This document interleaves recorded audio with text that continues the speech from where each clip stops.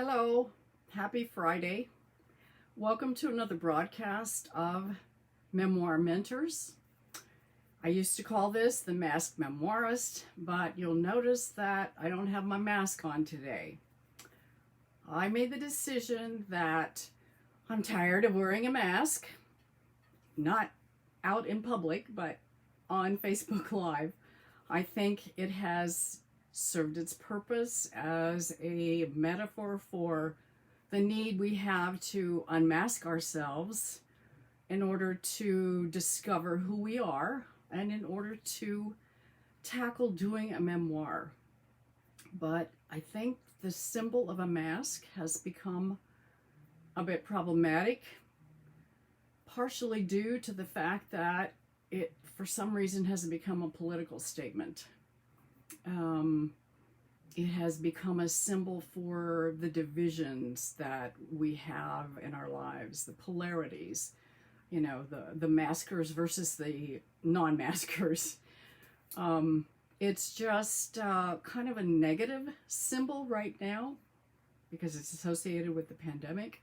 So I'm going to try to emphasize the positive until there's a need to go back to the use of that illustration or that symbol in urging people to do their memoirs.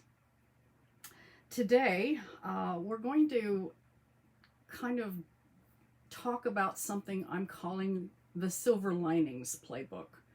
Instead of emphasizing the negatives of the pandemic and what it has forced us into, especially with regard to technology, I want to emphasize some of the positive takeaways that we can use and try to adopt or adapt to, especially in reference to technology.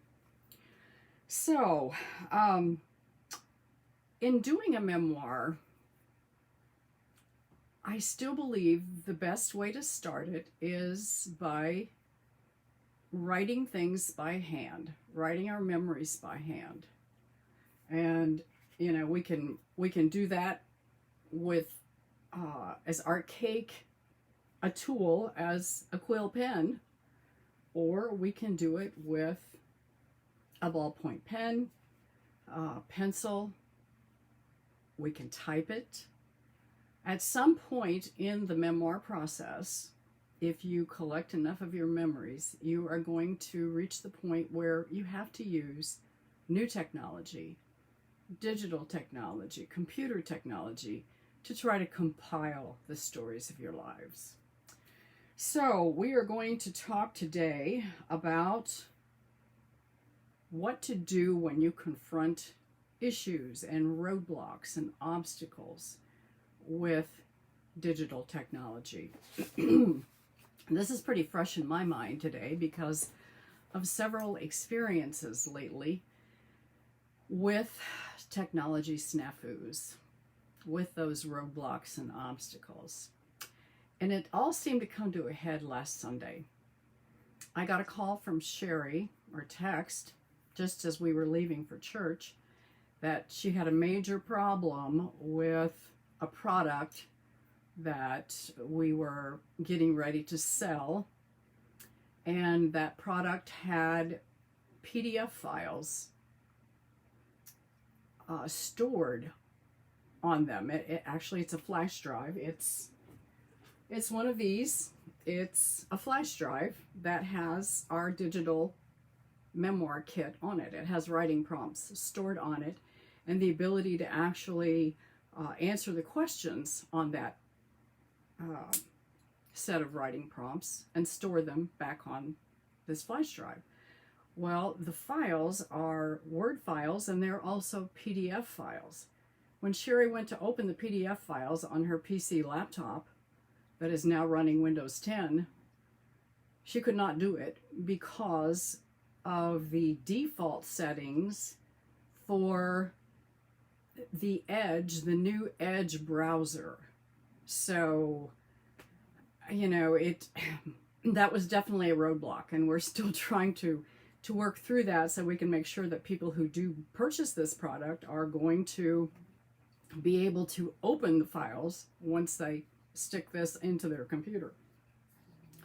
But that was just the first of many obstacles that started that Sunday. The second obstacle happened when I started to do my normal Facebook Live broadcast of Sunday church services.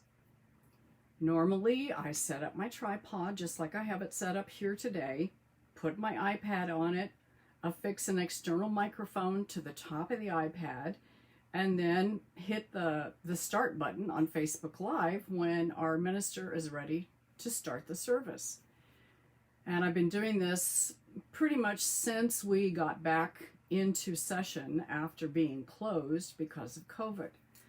Well, this past Sunday, I immediately got a message after hitting the go button. I got a message saying that I had no data left. And I found that totally absurd because I had just increased my data to unlimited on my cell phone plan precisely so that I could broadcast Facebook Live for church. Well, I tried it and tried it and tried it and got more and more frustrated. Almost threw a little hissy fit sitting there in the pew at church. And when I got home, I got online. I tried to reach out to my phone provider and find out what was going on. And for some reason, I couldn't get a hold of customer service. It was a Sunday. Plus, I think customer service has become totally a virtual thing where you don't communicate on the telephone, on your cell phone, with a live agent except through texts. So, which is very frustrating because, you know, you can't read body language on a text or hear cues that you normally depend on to communicate. So I finally decided to go ahead and accept the chat agent. I got in line and 15 minutes after I accepted a chat, an appointment, I get a call from a robot saying, your representative will be with you in just a moment. Well, that just a moment turned into 15 minutes. And I got to go to the bathroom, clean the kitchen. I got to do a whole lot of things while I was waiting in line for a live agent to text me. I hung up. Eventually, I did make the reconnections and learned that my new data plan was not going to start for another few days. So we got it all worked out, $189 a month later. So we're good to go on the data plan. I shouldn't have the problem at church anymore of running out of data. But now that I've upped my plan, the church board met last week and decided they are going to suspend in-person services until at least the middle of December. So all that for kind of nothing, but in the meantime, I've encountered so many other technology frustrations this week. I have a book client. We're putting a book together, and she has a new iPhone. She sent me photos to put in her chapter 13 of her book. I'm not sure if this is just a sign of bad luck, superstition again, but when she sent me some photos, they were in a format that I did not recognize, an IESP or something strange. So I called her, let her know that I could not place those photographs, and she realized that the new iPhones are storing photos in a totally different format. It's not a JPEG format anymore. So she had to figure out how to do a workaround so that she could get me those photos. And I don't think it was very simple. But it's just one thing after another. And then I had decided, because I'm doing so many Facebook Lives, that I would do a new Zoom plan, a premium plan, so that I could interview people who are writing their memoirs and do it through Zoom and broadcast to Facebook Live. So you can meet some of the people who are telling their stories by writing them. But the only problem with that is there's something called latency. And latency refers to the lag time between your internet service provider uploading things to the service, like Facebook. There's these little gerbils that run around on the screen that indicate that, okay, there's a delay here. So it's totally throwing me for a loop. In order to solve it, I called our internet service provider and said, we need the most up-to-date, modern, fastest plan. The salesperson said, okay, we'll send a technician out to install your new equipment. Yeah, right. The tech gets here and gets up on the roof and says, there's no way. The modern equipment that we have goes to a tower that's 30 miles away. So there's no way in rural Kansas, unless I change internet service providers, to get the speeds that I need for upload and download in order to broadcast from Zoom to Facebook Live. I'm not sure how we're going to work that out, but it's just one more example of how technology is changing faster than most of us, even companies, can keep up with it. But I also want to emphasize that it's not time to panic, that when our phones do an automatic update, when our browsers change or do an update, that we have to take 3 deep breaths and just be patient and try to figure this out, because the rewards will be more than what the risks or the headaches are in doing it, because we are so reliant on technology right now. And I want to give you some tips for trying to cope with these frustrations. I know you've all felt them in one way or another, even if you just kind of stepped back and decided to opt out and just be in your own little COVID bubble, like they tell us we should be. And but there's a lot of isolation and depression that goes along with opting out. So I want to help you get through these challenges by giving you some tips for whatever they're worth. And I know I need to follow my own advice, because it's really hard for me right now, just like it is for you. So consider this my COVID Thanksgiving gift to people who are followers of this group. The first thing we need to do is we need to keep an open, agile mind and kind of adopt a lifelong learning perspective. If it's so easy to just get mad and, look at the metaphor of, here we are getting comfortable in our living room and somebody came and changed the furniture again. We need to try to get out of that mindset and, say, okay, the recliner is over here now, so I guess I'm going to have to change my vantage point. So to do that, we need to just try to be open-minded. Just, as my husband always tells me, take 3 deep breaths and it'll work out. It won't look the same tomorrow as it looks today in the middle of your frustration. The second piece of advice goes along with that. Try to be patient. Even if you want to throw the dang computer or the cell phone out the window. Maybe we need to sleep on the problem if we confront something we can't figure out.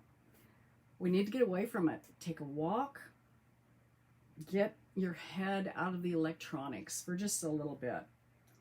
And when you come back to it, maybe you'll have a fresher attitude and you'll be able to tackle the problem and figure it out with fewer problems. And the suggestion that goes along with that is never try to do this at the end of the day when you're tired.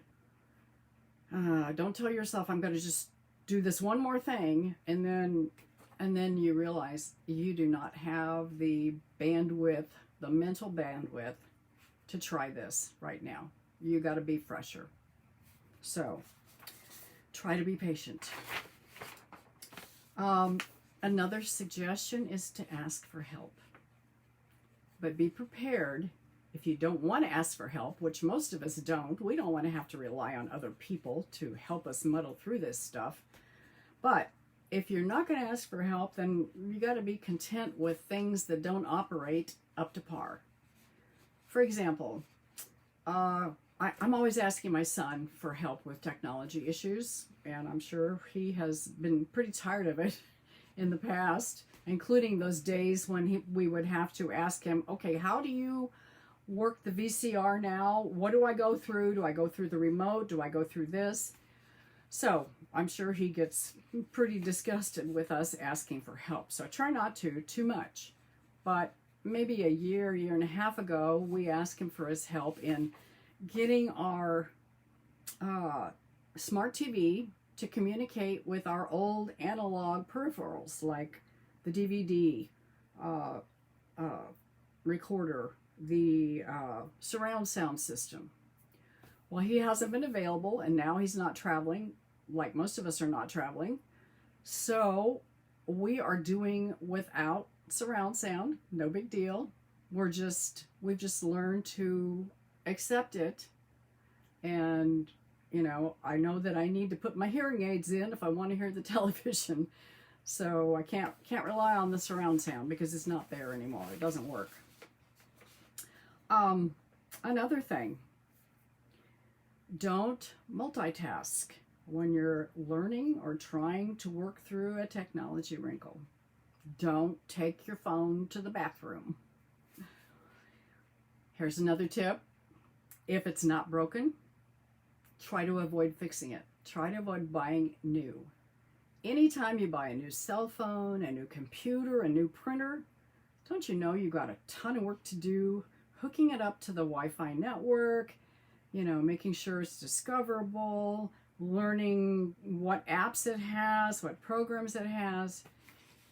It's just a nightmare. So if you can, avoid new at all costs, because that will only complicate things.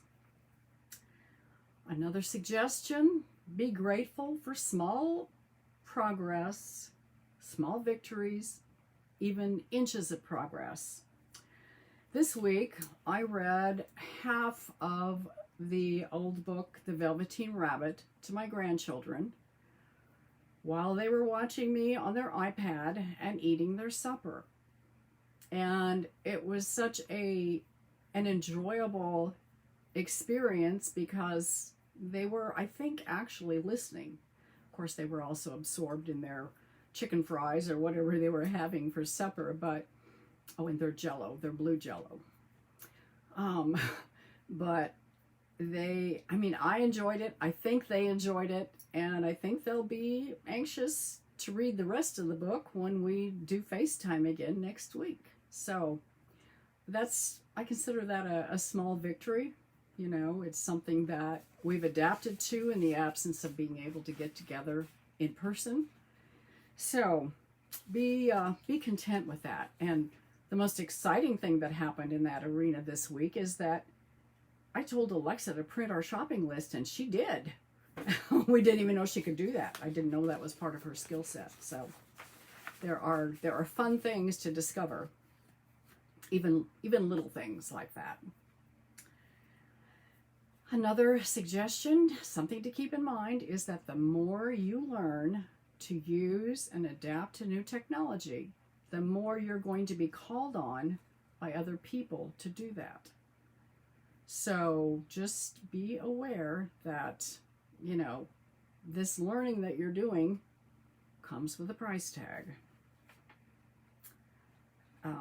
And just chalk it up to, you know, that's what we're here for. We're here to help each other, to lift each other up.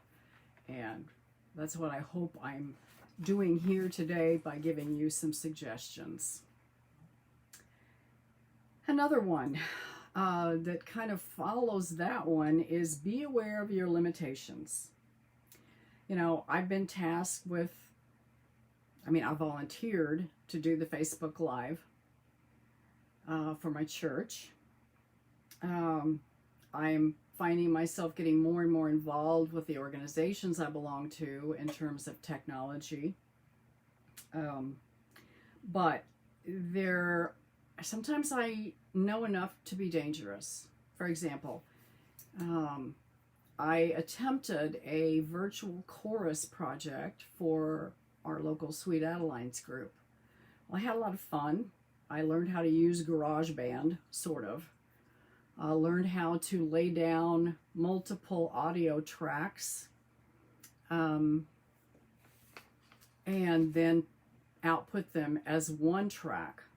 But my problem and my limitation with that is that I didn't have the foundational knowledge of unit sound, the unit sound that a Sweet Adelines chorus can generate, to be able to manipulate and edit those audio tracks sufficiently so that I could output them in a pleasing manner. And, you know, I was not satisfied with the final results, and I don't think any of the rest of the chorus was either. But I tried, and like I said, I learned a lot. And one of the things I learned is that things like that complex, that sophisticated, may need to be left to a professional.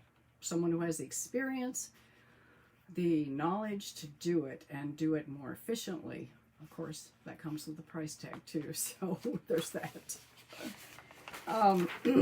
Another suggestion for you all is to be ready to make choices when you're learning to adapt to and use new technology.